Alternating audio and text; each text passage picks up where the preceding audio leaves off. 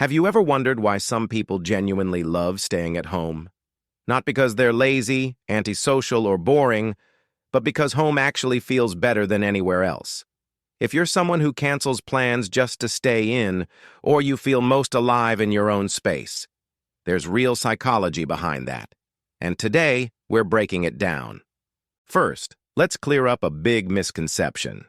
Loving to stay at home doesn't automatically mean someone is shy, awkward, or afraid of the world. In psychology, this preference is often linked to how a person recharges their mental energy. Many people who enjoy staying at home are internally oriented. That means their brain recovers best in low-stimulation environments. Loud places, constant conversations, and crowded settings drain them faster than they drain others.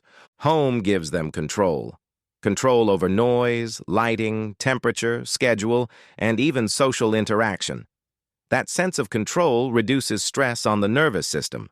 When someone says, "I feel safe at home," it's not just emotional, it's neurological. Their brain literally relaxes there. Another key factor is emotional regulation. People who love staying at home often use their environment as a tool to manage emotions. Home becomes a space where they can process thoughts, decompress, and reset without judgment. There's no pressure to perform socially, no need to impress, and no constant comparison. That mental freedom is incredibly rewarding. You might notice that home-loving people are often deep thinkers. They reflect a lot. They enjoy activities like reading, watching long videos, learning new skills, gaming, journaling, or just thinking. Their inner world is rich enough that they don't need external stimulation all the time. Silence doesn't scare them, it feeds them. There's also a strong link between staying at home and creativity. Many writers, designers, coders, and artists prefer working from home because solitude allows ideas to connect more freely. When distractions drop, creativity rises. For these people, home isn't an escape from life. It's where life actually happens. Now let's talk about attachment and comfort. Humans naturally associate certain places with safety.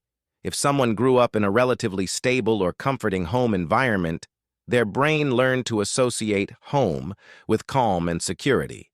As adults, they continue to seek that feeling. Even if their childhood wasn't perfect, creating a safe home as an adult can be a form of emotional self-repair. Interestingly, people who love staying at home often have high emotional sensitivity. They feel things deeply: sounds, moods, conversations, tension. Being outside for long periods can overwhelm them without them even realizing why. Home acts like an emotional filter, lowering the intensity so they can function better. This doesn't mean they hate people. In fact, many of them value relationships deeply. They just prefer fewer connections with more depth.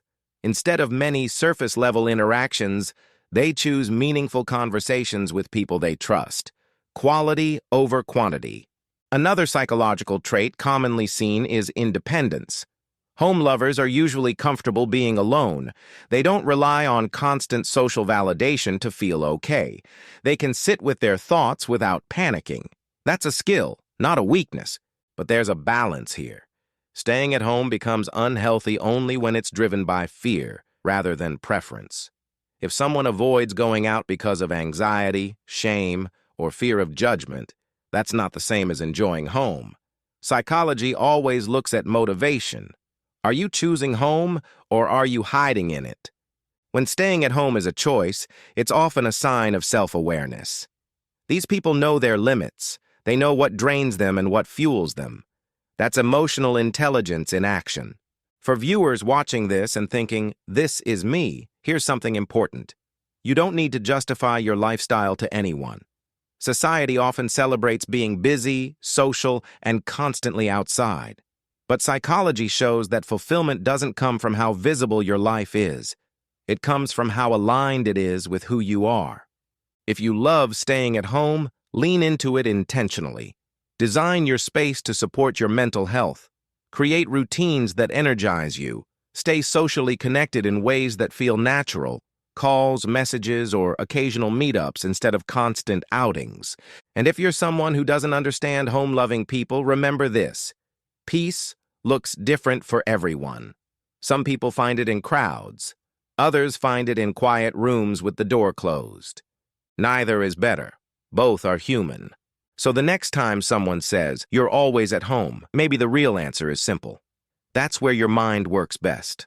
That's where you feel whole. And honestly, that's not something to fix. It's something to understand.